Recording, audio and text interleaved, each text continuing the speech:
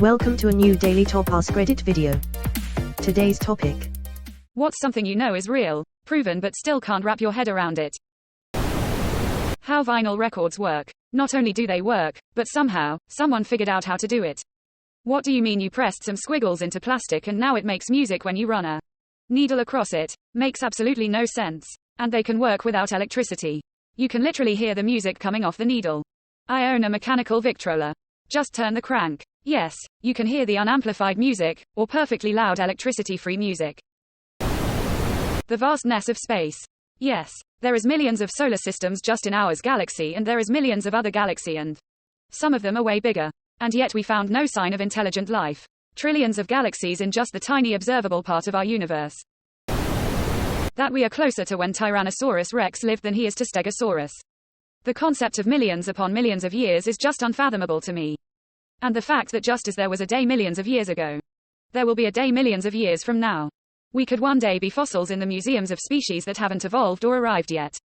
Here's a bit of an existential nightmare for you. If every human being died right now, every trace of our civilization would be wiped out by the geological forces of the Earth within 4 to 5 million years. So if aliens landed here in 5 million years and did a thorough survey of this planet, they wouldn't find a single trace of the human race. This is blowing my mind right now. Bluetooth. You're telling me we start out with rocks and shit and somehow I hear music from my phone on my headphones without them being connected? That everything we see today were all somehow made from things available on Earth during the Stone Age. Actually, I heard K-pop came from comet debris. The number of people in the world. You're telling me there's almost 8 billion people. And they all have their own lives, names, birthdays, friends, feelings, language, looks, inside jokes, problems, victories, challenges, etc. I have a hard time with realizing the person I see walking on the street has a life just as complex as mine, if not more so now, times that by 8 billion. Edit. Not in like a self-centered I'm the main character way. In like a, my life is so complex, how can this happen 8 billion times type of way. And TBH, my life isn't even that complex. It's just crazy to think how many people there are. Edit 2. Apparently this is called Sonder. Thank you for telling me, smiley face. It's cool to learn new things. Foolish fool. You are all figments of my imagination, and once I perish the dream will end for all of you too. Your existence to me ends as soon as I scroll past this comment. I had this feeling yesterday in Walmart. The cashier was 6 feet tall. Probably 300 pounds. Had a feminine face, a masculine voice and a beard. I walked away wondering what their story is. What do they know about life that I don't? How do they see the world? Every day I see people and wish we could sit and swap stories over a coffee.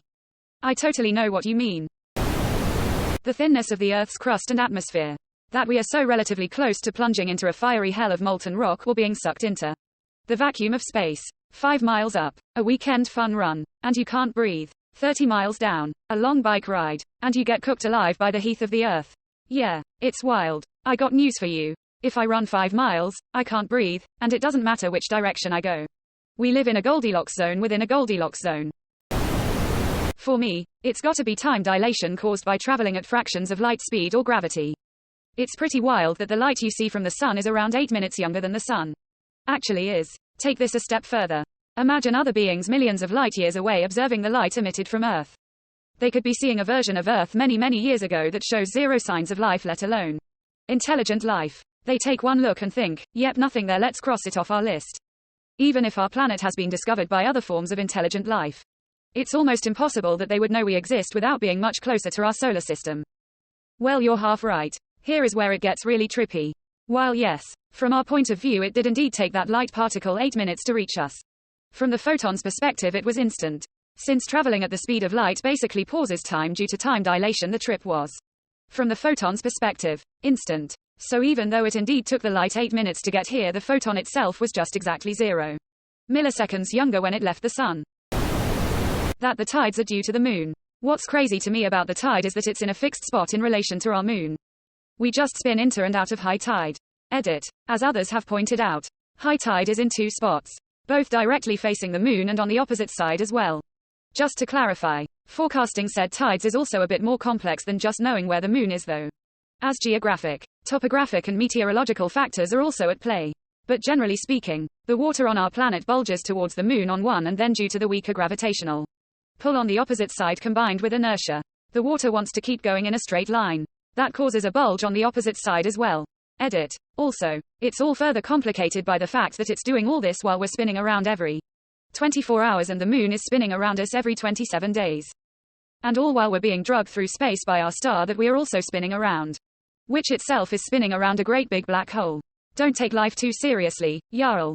Worth a click. I've always known about tides being affected by the moon, but this explanation made it click all of a sudden. Thank you.